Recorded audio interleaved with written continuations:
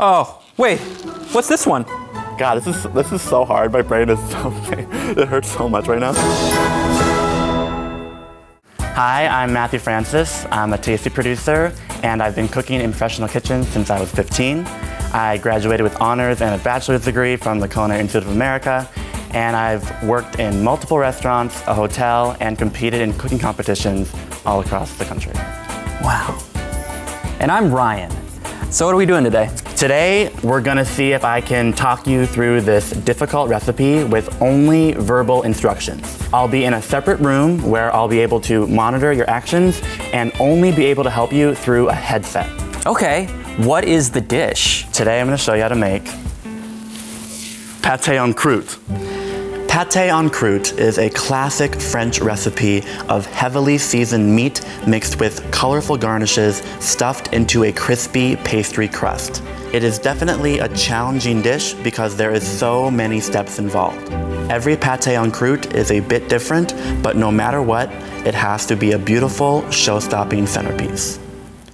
Oh my God. Do you think I can make this? Yes, I think it'll not be easy. It'll be a challenge, but I believe in you and we're gonna learn, so it's all worth it, right? Right. Yeah. Let's do it. Okay, Ryan, you ready? Yes. Near you, you should see a food processor somewhere around, like maybe near the wall. No, to your left. Ryan really doesn't have that much experience when it comes to cooking, but he's here to have fun and he's here to learn, and that's what's important. Oh, this guy? Yeah, if it's a food processor, yes. It's a spice grinder. No, there should be a bigger food processor. Oh, hey!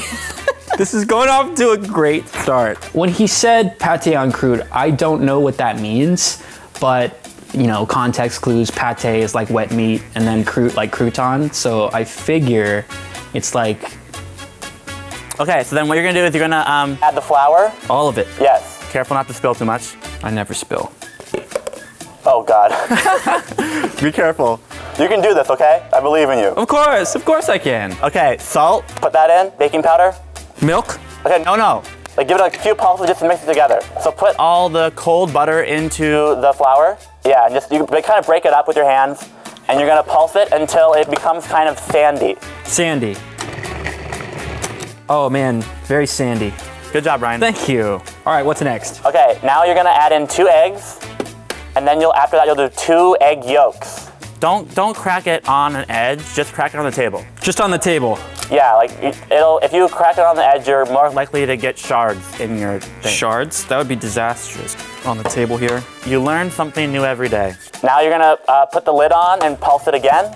100% I can make it with Matthew's help. As long as I ask enough questions and don't do something stupid without asking first. Yeah, I can do it. It's not gonna come together anymore, so start adding some of the milk. Oh, maybe not all of it.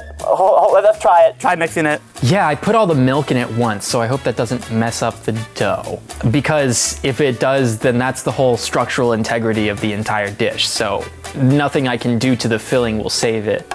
So I'm sort of just have my fingers crossed at this point. Oh yeah, that's definitely a little bit too wet. That's okay. Every mistake is fixable. Since yours is a little bit damp, I want you to sprinkle some flour over it and like maybe a little bit around on the table. And then you're just going to knead it until it is smooth and a little bit drier. Smooth and dry. And wait, okay, maybe just put some flour on your hands too. And then do you know how to knead? Attempt it, go for it, I'll tell you. Okay. That'll work.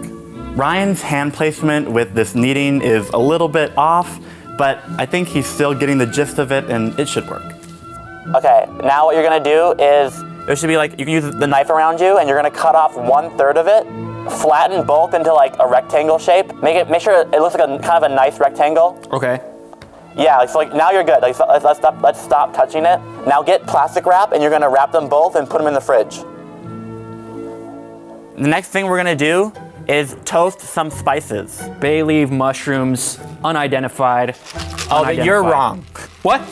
The ones that you said are unidentified, I think that's the coriander. Oh, wait, what's this one? Those are cloves. Oh.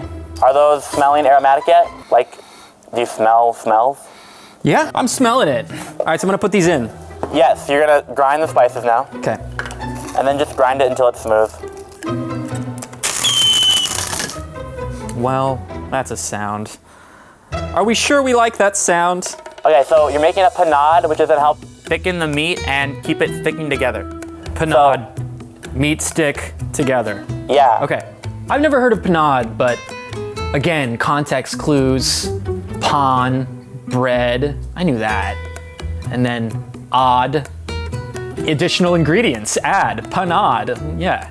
Panade. Panade. So now take your shallot and you can like peel it, chop it. I've never cut a shallot before. Never? No. Oh God. Okay. When cooking, a lot of the things I don't even know the correct way to describe it. I just do it. So having to find a word to make Ryan understand is very hard. The translation is a little bit difficult. Again, don't like push down like a rocking motion you want. Yeah. All right, cool. Put it in thing? Yep, put it wherever you want. And then there should be some parsley around, and you're just gonna chop a little bit of that, too. Okay. Oh, lift your knife up. I wanna show you the correct way to hold your knife. Put your thumb around it like that, and then wrap your index finger over the top part of the blade. So like move your hand up a little bit, so your finger, thumb where it was. Wait, what? Right there, yep, up a bit. And then put your index finger over the blade. Over the sharp part? Yeah, you don't touch the blade. Yeah, Matthew's trying to coach me through how to hold a knife properly, and I wasn't grasping it, literally. Yeah, it's like you're pinching the knife. Oh, pinching the knife. Oh, like yes, that. There you go. Like this. Yeah, do you feel like you have better control now? Oh, it does feel nice. Now you're gonna start making the pate filling, Ryan. Okay. I don't cook every day. I cook maybe 3 times a week. The best thing I make though is still my panna cotta. I make a quite delectable panna cotta, if I do say so myself. What consistency should this be? You want it to be a tacky, sticky texture. Take 2 of your fingers and like put it into the meat and it'll fall off, right?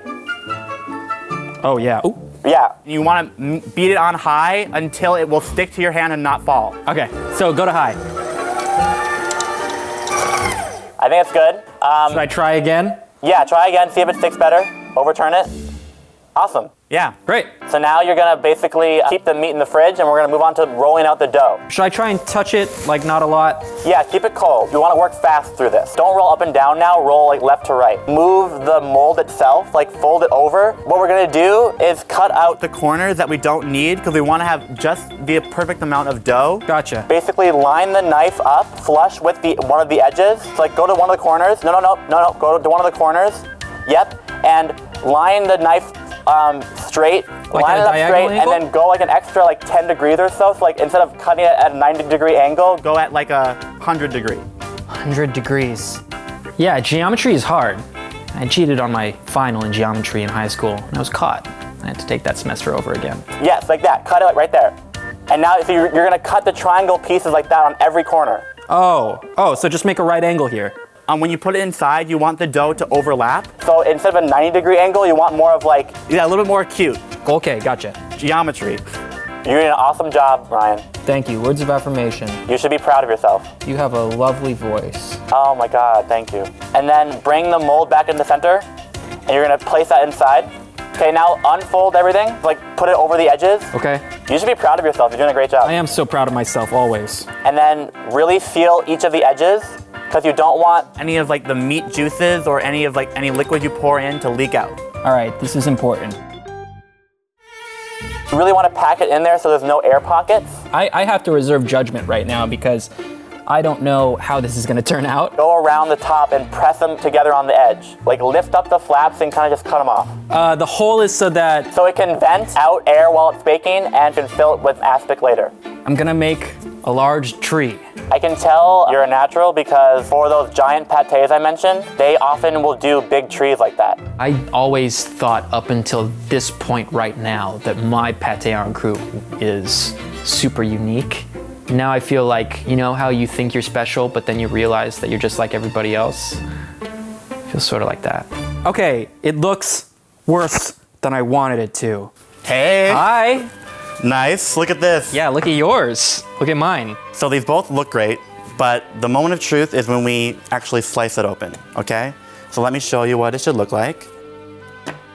The meat is going as far as close to the edges as possible, and we have the pieces of garnish showing. This is what we want. And I feel like yours will be very close to that. Should we cut it open? Yeah. Okay, so let's try yours. All right. I'm excited. This piece is gonna fall off. Yeah, the top will always kind of just crumble. Yeah. Yeah. Yeah. Yes. The color looks great. This is incredible. Look how packed it is. It's really packed. It looks great. It obviously isn't perfect, but it's my first time, so I'm pretty proud of it. Just excited to see how it tastes. Today was incredibly fun. I love to take really challenging recipes that seem like you can never do them and break it down so it's simple. And I'm glad that Ryan proved today that anyone can make dishes like this. That's so good. Right? It's so good. Yeah. Next time at your next cheese party, make a charcuterie board and make this puppy. And people will enjoy it. No doubt. And I like to experiment a lot with my panna cotta too. Try different flavor profiles. Mix it up. It's probably the sexiest food that there is.